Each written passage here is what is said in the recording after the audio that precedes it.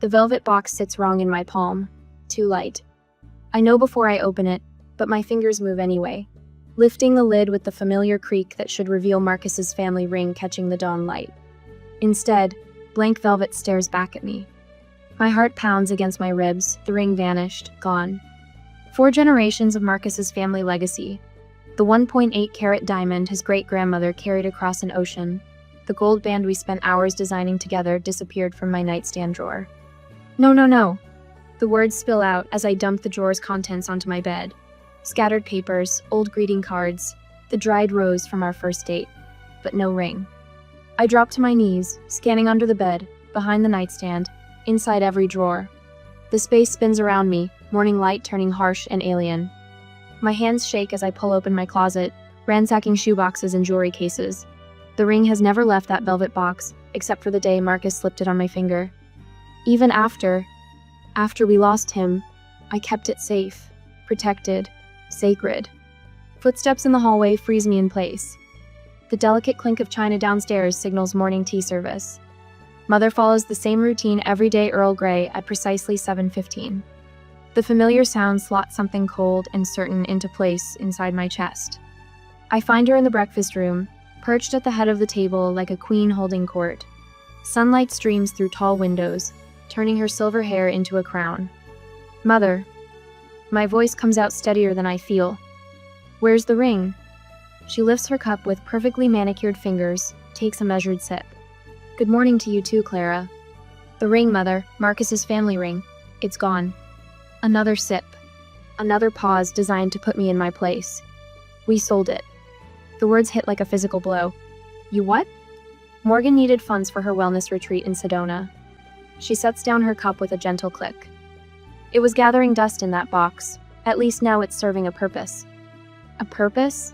The word tears from my throat. It was Marcus's family heirloom, 4 generations. His mother trusted me with it. Clara. My father's voice cuts in from the doorway.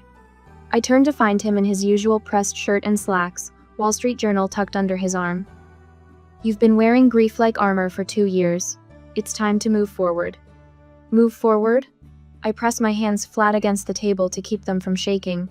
By stealing my ring? Don't be dramatic. Mother's voice carries that familiar note of dismissal. The house and its contents belong to your father and me, including that ring. The ring was appraised at $62,000. The number drops between us like a stone. You sold a $62,000 family heirloom so Morgan could do yoga in Sedona? Your sister is working on herself.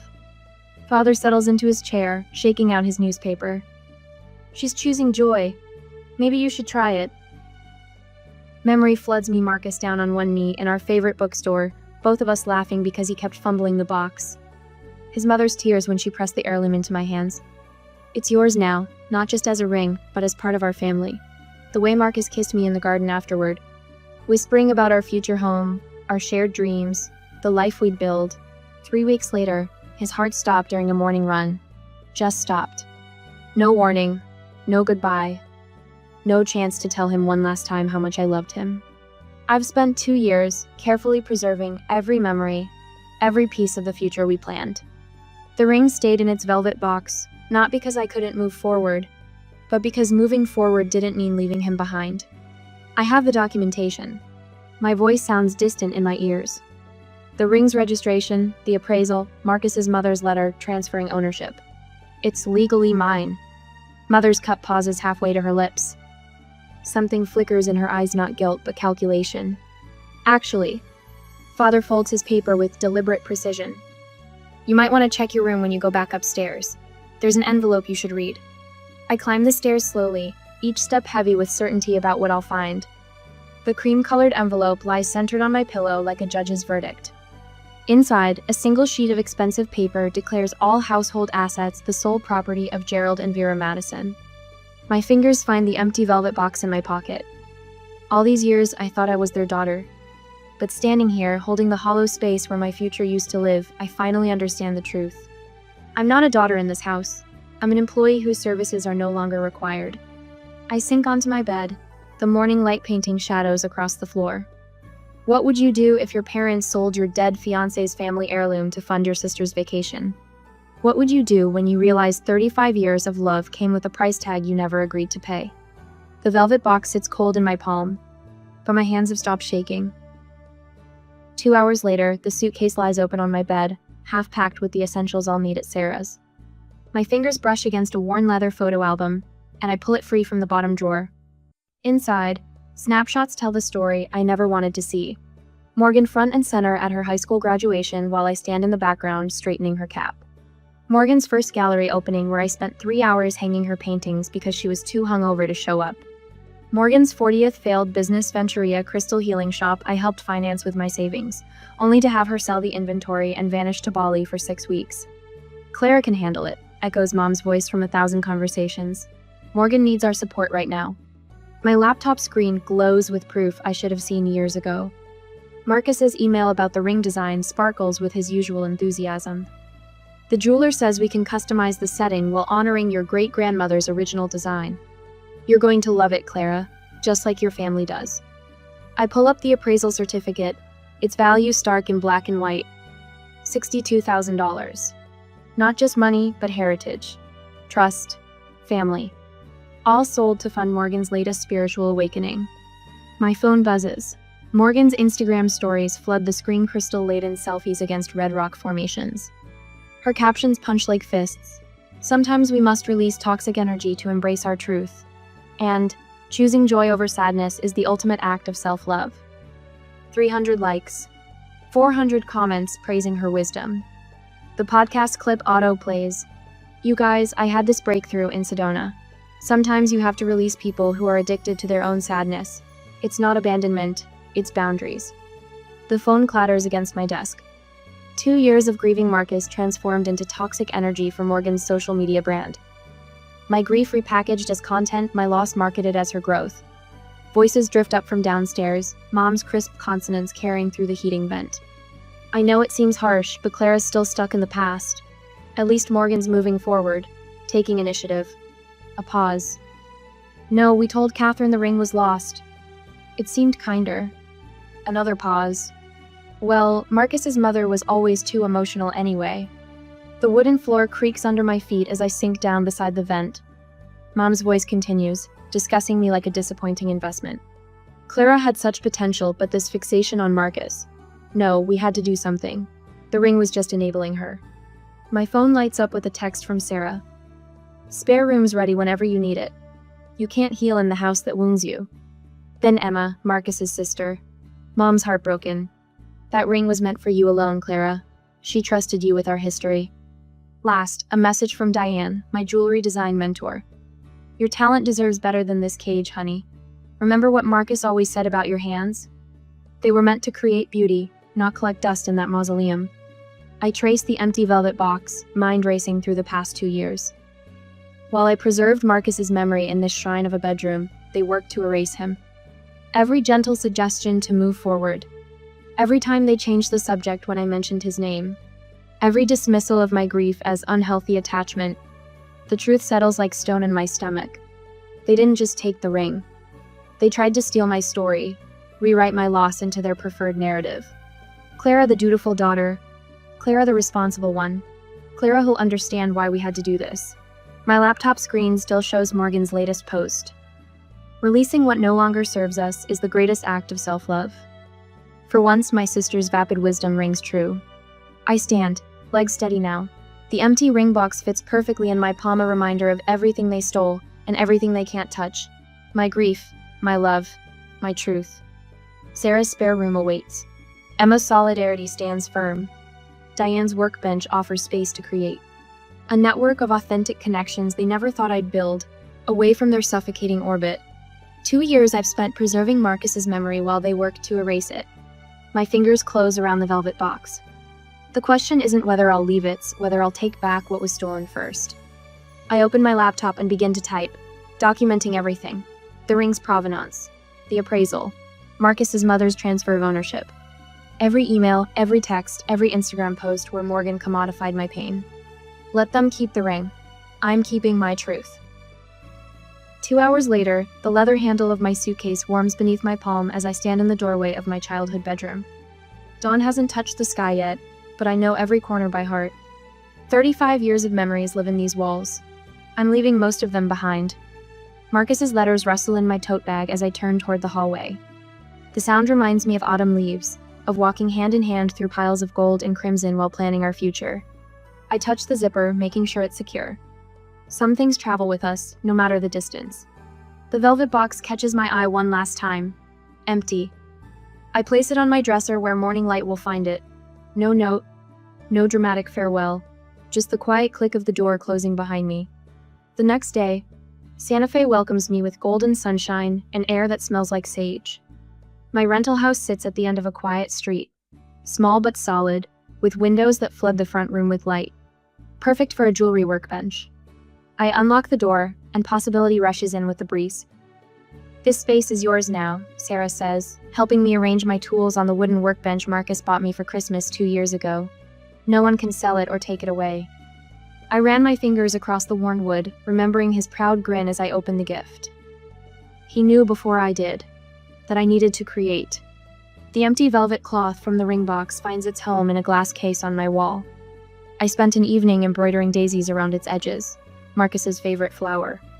Beneath it, a small brass plaque reads, "This piece is not for sale, it costs everything to make."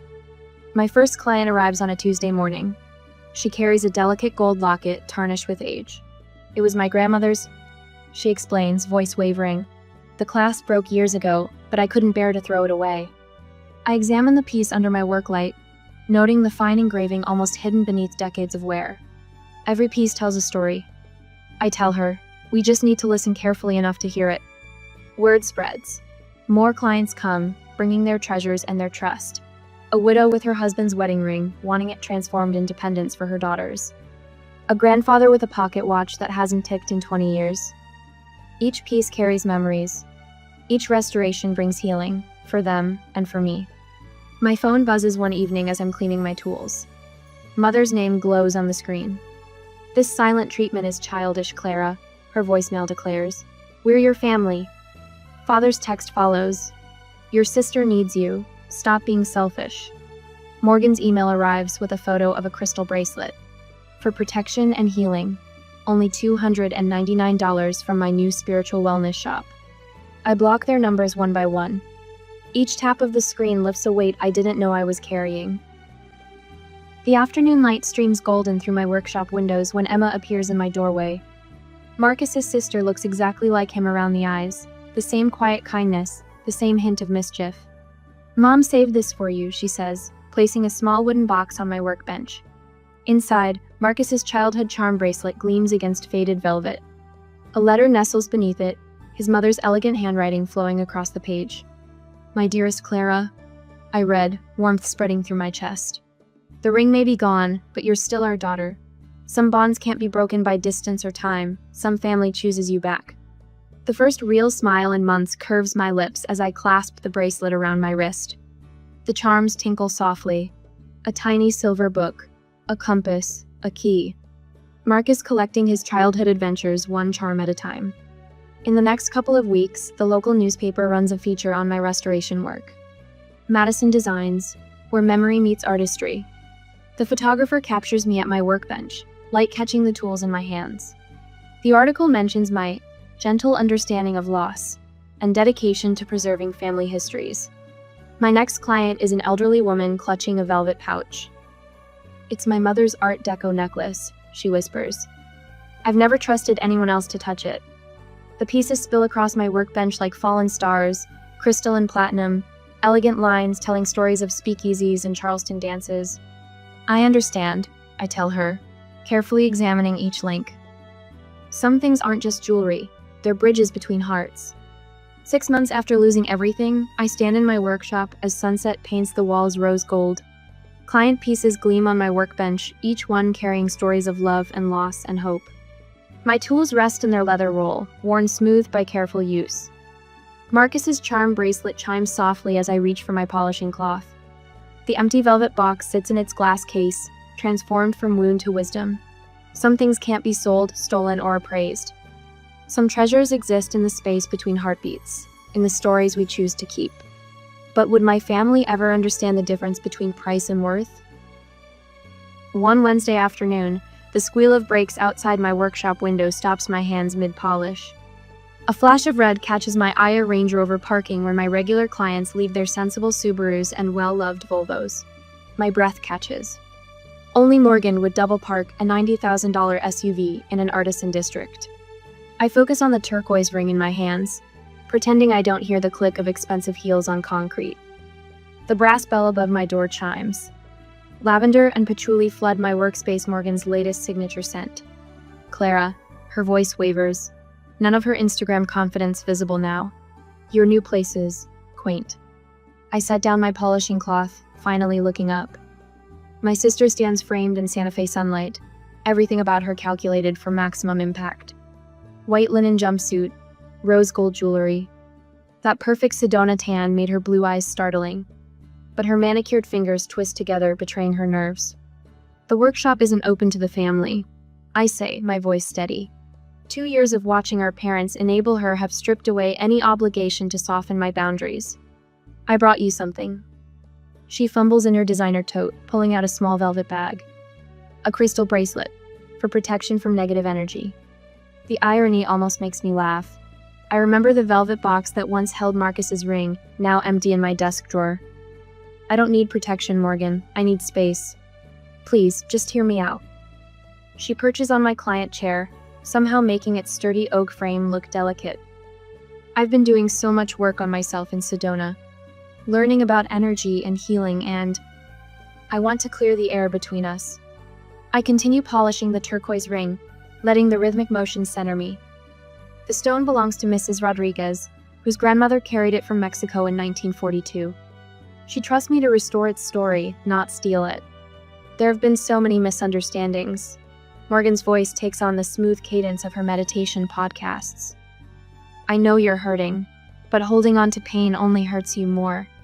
We could work together. I'd love to commission some pieces for my wellness coaching clients. The polish on my cloth darkens with each stroke. This isn't about misunderstandings. You knew exactly what that ring meant to Marcus's family. That's not fair. I didn't.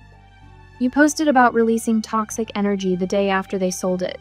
The cloth still's in my hands. You called my grief an addiction while wearing jewelry bought with Marcus's family legacy. Her perfectly lined eyes widened. You're taking things too personally. I never meant. The workshop isn't open to the family, I repeat, standing. You should go. She rises too, switching tactics. Mom and Dad miss you. The country club isn't the same without your charity event planning. Mrs. Winchester keeps asking about you. I'm sure you'll find someone else to make your social circle comfortable. I move toward the door, each step deliberate. Morgan's lip trembles. Why are you being so cold? I'm trying to help you move forward. Forward isn't always the direction it seems.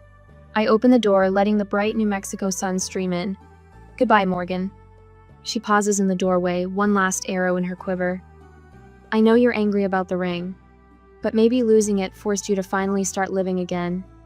Look at this place, you're actually using your talent now. The words hit their mark, but not how she intended. I think of the letter that arrived yesterday on my father's formal stationery, complete with the Madison family crest. Saw your business featured. Looks like you're doing well. Maybe it worked out for the best.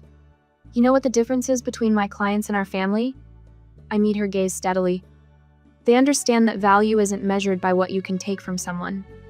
The bell chimes as she leaves. I watch her climb into the Range Rover, phone already pressed to her ear, probably calling our mother. Let her. I have 3 heirloom pieces to restore before my evening class at the Artisan Collective. My phone buzzes, another voicemail from my mother. I delete it without listening, already knowing its contents. Family unity. Social obligations. The Madison name. The same manipulations that worked for 35 years, now falling on deaf ears. The autumn light streams through my workshop windows, catching the tools Marcus bought me when I first dreamed of designing jewelry. On my workbench, a small sign reads, "Every piece tells a story." Below it sits Mrs. Rodriguez's ring, its turquoise gleaming with renewed life. My hands remain steady as I return to my work. In an hour, Sarah will bring coffee and we'll finalize plans for my first gallery showing. Tonight, I'll teach 3 local artists the basics of metal restoration. Tomorrow, I'll help another family preserve their history instead of selling it. The crystal bracelet Morgan left sits unclaimed by my door. its amethyst beads catching the light. Something about their purple shine reminds me of the way our mother's silver hair glowed that morning in the breakfast room, when she announced she'd sold Marcus's ring. "It was gathering dust," she'd said. "At least now it's serving a purpose." I pick up the bracelet, feeling its weight. Such a pretty thing, meant to protect against negative energy. But Morgan never understood sometimes the most negative energy comes wrapped in crystal and good intentions, in designer clothes and family crests, in morning tea served at precisely 7:15. I place the bracelet in a small box, address it to our parents' house, and set it by the door for tomorrow's mail pickup. Let them keep their crystals and their country clubs, their social circles and their circular logic. I've built something real here, something true. Every piece in my workshop tells an honest story. But when your family's currency is lies, how do you price the cost of truth? But in the next 6 months, I will keep my freedom and my peace only for myself. 6 months later, the invitation sits pristine on my workbench, letterpress words stark against cream paper. Clara Madison Designs, Exhibition of Contemporary Heirloom Art. My fingers trace the embossed phoenix rising from flames, catching on the rough edges where silver leaf meets paper. A notification chimes on my phone. Morgan's latest Instagram post fills the screen. "So proud of my sister finding her way through grief. Can't wait to support her big night." The caption floats beneath a photo of her in warrior pose against red Sedona cliffs, wearing the ring she pretends she never stole. I switch off my phone and return to the memorial piece taking shape under my hands. The silver band spirals up like a flame, holding space where a diamond should be. Marcus's mother approved the design last week, her eyes bright with tears when I showed her the sketches. "He would have loved this, Clara, the way you've transformed loss into light." The gallery windows catch the afternoon sun, turning my workbench into an altar of gleaming tools. A light knock draws my attention to the door where Sarah stands holding 2 coffee cups. "Brought you some liquid courage for tonight." "Thanks." I accept the cup, breathing in familiar comfort. "Did you see the social media circus? Morgan's still pretending she's your spiritual guidance counselor?" Sarah settles onto the stool beside me. "How does she sleep at night wearing that ring?" "Probably on imported silk sheets paid for with the rest of the money." The bitterness catches me off guard. I've worked so hard to move past anger, but some wounds refuse to scar. The evening arrives in a rush of nervous energy and final preparations. Gallery lights transform my pieces into constellations of silver and gold. Each display card tells a story of restoration, of precious things nearly lost but saved through patience and skill. The first guests filter in as the sun sets. Regular clients, fellow artists, friends who've become family over these past months. Marcus's mother arrives early, wrapping me in a perfumed hug that feels like belonging. I spot Vera before she speaks. Her Chanel suit and perfectly coiffed hair stand out among the artists and collectors like a banker at a poetry reading. "Clara, darling, the pieces are lovely." My hands steady on the tray I'm arranging. "Mother, I didn't expect you tonight." "Of course I'd come. We always knew you'd find your way back to jewelry." Her voice carries across the gallery like she's accepting credit for a student's performance. "Though you might have mentioned the opening to your family directly instead of letting us hear through the club grapevine." The crowd shifts, sensing tension. I meet her gaze across the display case of restored Victorian lockets. "Like you mentioned selling Marcus's ring?" Silence spreads through the gallery like spilled wine. Vera's smile hardens. "Really, Clara? Still dwelling on that? It was just a ring." "Just a ring?" The words emerge softer than I expect. "It was 4 generations of Marcus's family history. It was his great-grandmother's passage to America. It was his mother's trust in me. It was my future." "You're being dramatic," but her voice wavers. Morgan needed another vacation." I lift the memorial piece from its velvet cushion. "This is what I created from what you stole. Look at it, Mother. Really look. Empty space where love should be, held by hands that wouldn't let go." "You're destroying our family over jewelry." The words burst from her like birds from a cage. "No," I set the piece back in its case with steady hands. "I'm rebuilding my life after you destroyed my trust. There's a difference." Movement at the door draws attention. Father's Wall Street silhouette fills the frame, his expression thunderous. "Clara, that's enough. We supported you for 35 years. "Supported?" A laugh bubbles up, surprising in its lightness. "Let's talk about support." Every time Morgan crashed a car, maxed a credit card, Dropped out of another program who cleaned up the mess? Who kept the family image polished while you enabled her chaos? Who played the perfect daughter so you could pretend everything was fine? We gave you everything. His voice carries that familiar note of financial authority. You gave me things, but Marcus gave me the truth. His family gave me love without price tags. I turn to where his mother stands. Emily, would you help me with the final piece? She steps forward, silver hair catching gallery light. Together we lift the black velvet drape from the central display. The Phoenix collection gleams beneath crystal.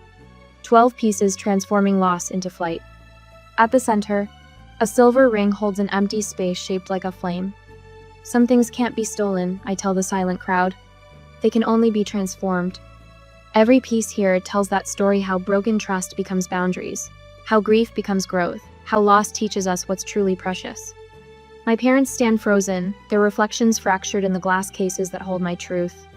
The calculations in their eyes don't add up anymore. They can't repossess what they never owned. Sarah appears at my elbow with a champagne tray. The gallery fills with murmured conversations and crystal chimes. My parents retreat without another word, leaving only the scent of Vera's perfume and the weight of 3 decades of unspoken truths. Emily squeezes my hand. Marcus would be so proud of you, dear. Not just for the art, for finding your worth. I look around at the faces of my chosen family, at the pieces that tell stories of restoration and resilience. The empty velvet box that once held my engagement ring now displays business cards on my workbench. Its hollowness transformed into possibility. Revenge isn't about getting even, it's about getting free. But would my family ever understand that their daughter's worth was never theirs to appraise? The gallery lights catch in the silver flame of the memorial ring. Some questions don't need answers. Some prices buy freedom instead of things. I lift my champagne glass to the future I've built from the pieces they left behind. A month after the exhibition, sunlight pours through the storefront windows of my workshop, catching the facets of 100 restored pieces. Each one tells a story of loss, transformed into something new. A Victorian locket missing its chain now hangs from braided silver. A chipped cameo finds fresh life in a modern setting. And there, centered on my workbench, sits the velvet box that once held Marcus's ring now, a simple card holder displaying my business name in elegant script. Aunt Clara! 2 small voices echo through the space as Emma's daughters burst through the door, their mother following with an indulgent smile. Can we make something sparkly today? Let's see what treasures we can create. I pull out their practice trays, remembering how Marcus used to arrange my tools just so. The girls settle at their stations, serious as surgeons, while Emma perches on a nearby stool. Morgan's latest wellness podcast isn't doing so well, she mentions, keeping her voice low. Something about toxic family systems and choosing joy. The irony would be funny if it wasn't so sad. I focus on showing Sophie how to properly hold her jeweler's loop.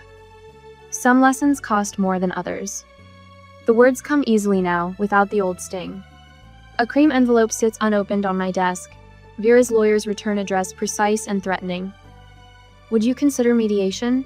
The paper might as well be tissue for all its weight in my life. Gerald's silence speaks volumes more than any legal document. The bell above the door chimes. Mrs. Patterson enters, clutching a velvet pouch. Her fingers tremble as she places it on my workbench. My grandmother's cameo. I never thought. After the clasp broke. Let's take a look. My hands remain steady as I examine the piece. The ancient ivory shows wear but no real damage. Like so many things that seem broken, it just needs someone who understands how to make it whole. Your work is extraordinary, she says, eyes bright with unshed tears. It's nice to trust someone who understands loss. I think of all the pieces that have passed through my hands this year. The widow's wedding band transformed into matching pendants for her daughters. The vintage pocket watch was restored for a grandfather's 90th birthday. Each one carries stories of love and grief, endings and beginnings. Loss doesn't define us, I tell her, running my finger along the cameo's edge. What do we do with it? Later, as sunset paints my workbench in shades of amber, I polish the silver phoenix ring on my right hand. The flame catches the light, sending fractals dancing across my wall of client testimonials. Thank you for saving my mother's locket. You've given my daughter her grandmother's legacy. Your restoration work helped me keep a piece of him. The Scholarship Fund for Young Artists from Difficult Families has its first 3 recipients starting next month. They'll learn more than just metalwork and stone setting in my workshop. They'll learn that family isn't always about blood, and strength isn't always about endurance. Marcus's mother stops by as I'm closing up, bringing dinner and her quiet understanding. We sit at my workbench, sharing pasta and memories without the weight of what was stolen. The empty velvet box catches her eye, business cards nestled where the ring once lay. "You've built something beautiful here," she says, touching the phoenix ring on my hand. "More valuable than any heirloom. I had good teachers." I squeeze her fingers. "You taught me family is about choices, not chances." The workshop glows with the last light of day, each restored piece telling its own story of survival. Above my desk, the sign reads, "Clara Madison Designs, keeper of what matters. Not keeper of things, but keeper of truth. Keeper of choices. Keeper of what can't be stolen or sold." My hands move surely over the workbench, clearing away the day's tools. In the window, my reflection overlaps with the desert sunset, and I see what Marcus always saw: a woman who could build beauty from broken pieces, who could lose everything and find something more precious in the empty spaces. Tomorrow, I'll teach another workshop on heirloom restoration. I'll show my students how to rescue tarnished silver and reset loose stones. But the real lessons will be in the spaces between how to recognize your worth, how to trust your hands, how to build something lasting from loss.